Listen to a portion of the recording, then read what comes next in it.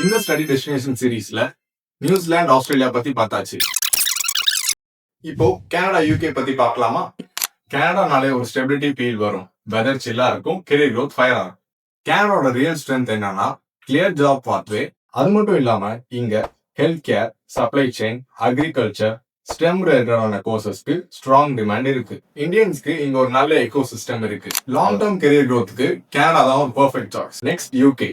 எல்லாரும் சொல்றாங்க யூகேனா 1 year masters தான். அது மட்டும் இல்ல, return on investment and global எக்ஸ்போஷரோட பவர் ஹவுஸே யூகே. 18 months வர கிராஜுவேட் ஒர்க் விசா கொடுக்குறாங்க.